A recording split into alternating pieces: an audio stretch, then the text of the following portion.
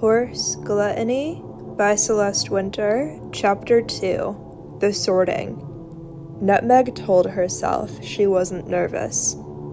The buzzing test room didn't help, but she'd survived worse. Centuries of school, half a dozen capstones, and one horse-related explosion she still pretended never happened. This was nothing. So why did she keep glancing at him? She pressed her tongue to the back of her teeth, forcing her gaze toward the opposite corner of the room. Cinnamon sat on one of the standard-issue metal chairs, slouching slightly, reading a pamphlet like it was fine print on a cereal box. Nothing about him screamed destiny. Nothing about him screamed anything. The sharp, apathetic numbness hit her in the chest, like a spell miscast. 4 of Cups energy, if she had to name it. Twin flame, that? Absolutely not. She crossed her legs tightly, adjusting her robe so the hem didn't brush the floor. Maybe fate downgraded, she muttered under her breath. Maybe I got the clearance rack version. Cinnamon didn't look mystical. He didn't have that brooding cosmic glow twin flames were rumored to have in every trashy romance scroll. He didn't radiate destiny. He radiated average. And his academic history, laughable. 25 years total. 8 accelerated degrees. The magical equivalent of speedrunning a video game and calling yourself a historian. Nutmeg's eyebrow twitched. I trained for centuries. Centuries he trained for what? A weekend. Her pulse fluttered in irritation. If he was boring, then nothing dangerous could happen between them. If he lacked depth, then Nutmeg didn't have to face what she already felt simmering under her ribs. She smoothed her hair back and reminded herself, if he can't ruin my life, he can't ruin my life.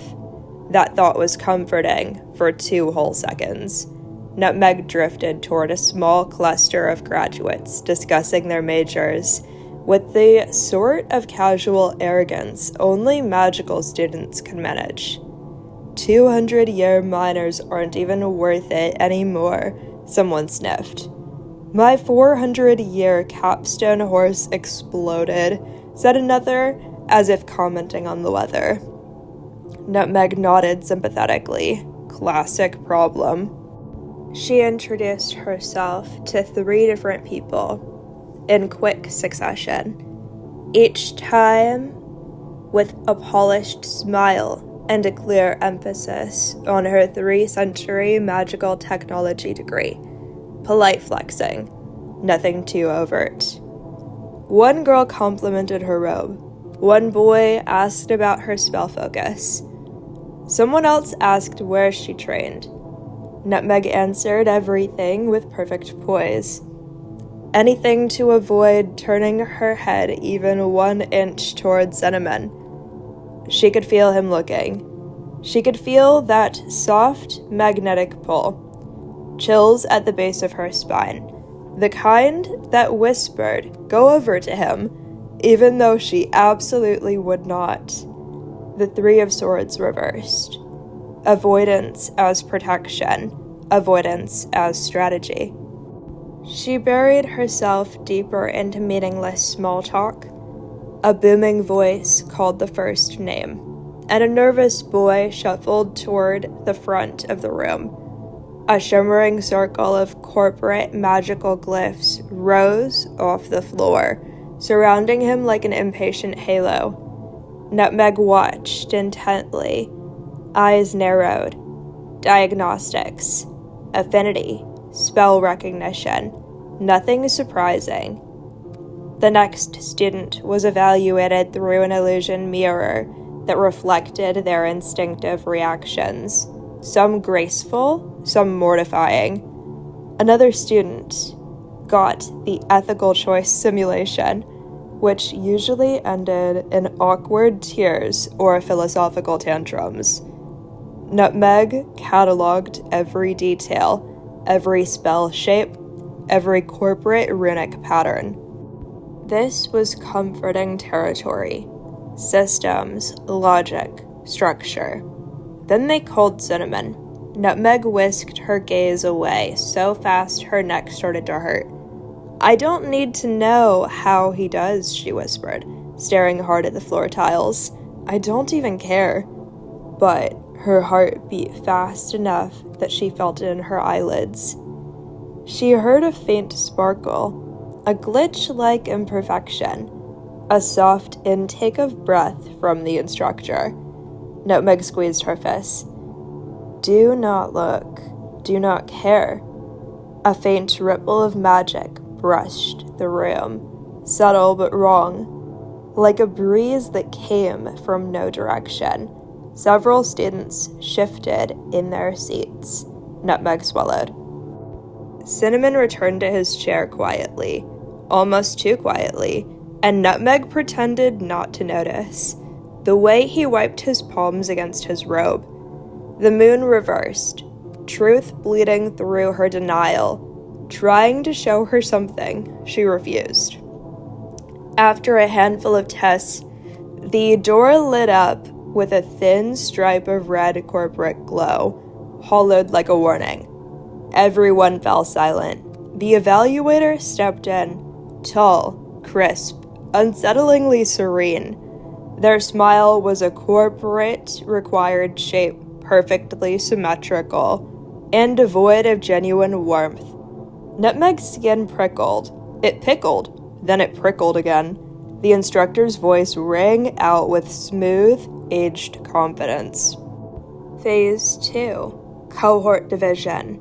You will now be separated for specialized assessment. Cinnamon shifted in his seat. Nutmeg felt her lungs curl, twist, and braid themselves inside her. Great. More bureaucracy. More secrets. More systems designed to classify people into neat little boxes. A worker with an enchanted clipboard entered behind the evaluator.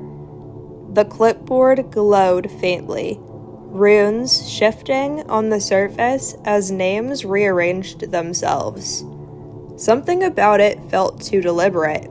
Group 1, the worker called, naming 5 students who immediately stood up and headed down a hallway lined with red arrows. Group 2, the worker continued, reading off more names. Nutmeg inhaled, not nervous, just calculating. She folded her hands and watched the process with a bored expression she had practiced since newbornhood. A bored expression that took enormous effort right now.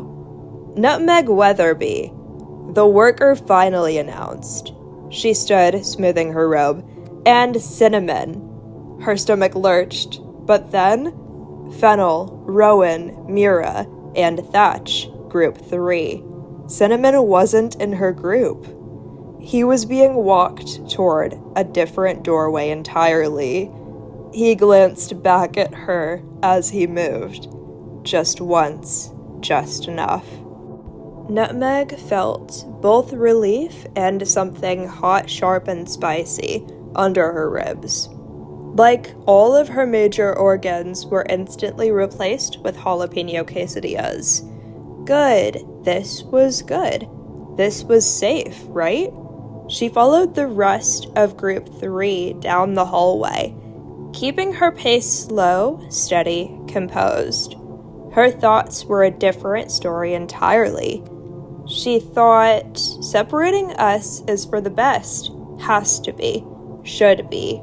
But as the door closed behind her and her new cohort, a tiny voice in her chest, one that felt like a mouse fed a diet only of broken glass, whispered back, "Then why doesn't it feel good?" The moon's glow slushed, illuminating false narratives deep inside her, clarity creeping closer. truth trying to pry her open. She straightened her robe, chin lifted. Not today.